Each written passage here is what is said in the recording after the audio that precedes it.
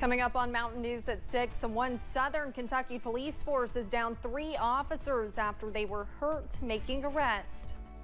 And many say their final goodbyes to legendary football coach Roy Kidd. Plus, temperatures are going up for the last week of summer. Your full forecast coming up as Mountain News at 6 starts now. Dedicated to Eastern and Southern Kentucky, this is WYMT Mountain News at 6. 3 Southern Kentucky police officers are on the mend after they were hurt making arrest. 2 officers were hurt breaking up a fight between a man and a woman. Another suffered possible hand and head injuries at a party that got out of hand. Police say in both cases, alcohol was a big factor. One of the 2 men arrested is talking about it from jail. WYMT's Phil Pendleton has more on what has 3 officers healing up. Brandon Oakley says he doesn't remember much about what happened Saturday night when a celebration took a terrible turn. I was drinking.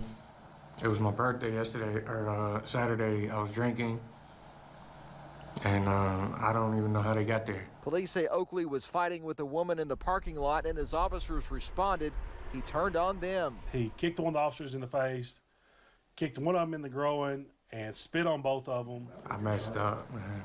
I made a bad mistake. I was too intoxicated. I should never hit him or whatever they said. Officer Dorman Patrick suffered at least 1 broken finger. Both he and Officer Stephen Hill will have to undergo testing after being spit on. Not long after that, police were called to Sycamore Street on a party and noise complaint. That's where they say they encountered 19-year-old Austin Silva, who tried to run off. Still watching body cam video. We don't really know how Officer Lovett got his hand broke, but it's a pretty significant break on his hand. He's going to have surgery on it. Both incidents happened the same day within hours of one another. Both our incidences deal with people extremely intoxicated, and some people just don't need to drink. Nah, I'm gonna stop drinking though. Police say the assault cases have an already thin department thinner because 2 other officers were also out for various issues. In Whitley County, Phil Pendleton, WYMT Mountain News. Oakley remains in the Whitley County Jail, but Austin Silva was released yesterday. Oakley is facing multiple charges of assault, escape, terroristic threatening, disorderly conduct, and alcohol intoxication. Silva is charged with resisting arrest, fleeing and invading, disorderly conduct, alcohol intoxication, and criminal trespassing. State police are investigating a deadly motorcycle crash in Rockcastle County. Police say yesterday afternoon, a Ford F-150 was traveling north on the I-75 exit 59 ramp near US 25 and failed to yield the right-of-way. The driver hit a motorcycle. The driver of the motorcycle, 62-year-old Barry R. Allen of Berea, was taken to the hospital where he later died. It's not clear if charges will be filed. 2 people are hurt following a shooting police believe stemmed from an incident of road rage. It happened this past Saturday morning on Highway 776 in the Freedom community of Wayne County. When deputies arrived at the scene, they determined 2 cars were involved and both drivers had been shot. One of the drivers was flown to UK hospital with life-threatening injuries, while the other person refused medical treatment. In Rowan County, Moorhead police arrested a man wanted on a warrant last night. During the arrest, they found over 30 grams of suspected methamphetamine and trafficking equipment. 39-year-old James Reynolds was taken to the Rowan County Jail. He faces charges related to trafficking and controlled substance. One person was brought into custody after he loaded a cart up with items without paying for them in Wayne County. Officers with the Monticello Police Department responded to a shoplifting complaint at the local Walmart yesterday evening. James B. Bell added merchandise into a cart totaling about $137. Bell was arrested and was charged with theft by unlawful taking. He was taken to the Wayne County Detention Center. One Southern Kentucky Police Department is asking for help in looking for a truck involved in a theft. The London Police Department is asking for everyone to be on the lookout for a white Chevy Silverado. Officials with the department say the driver is armed with a handgun. This truck was last seen on the Hal Rogers Parkway. If you see the truck, police say do not approach it, but to contact the department at 606-878-7004.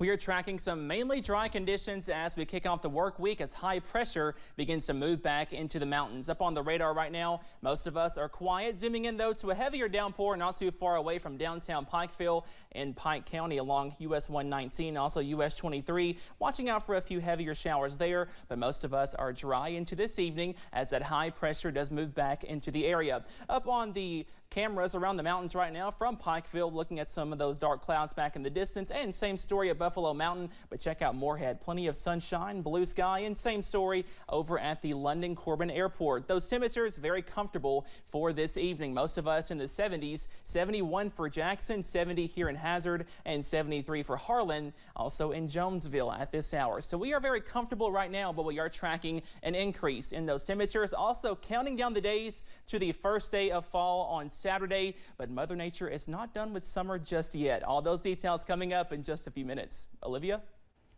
Cameron, thank you. One former Kentucky governor has died. Brewerton C. Jones was the state's 58th governor.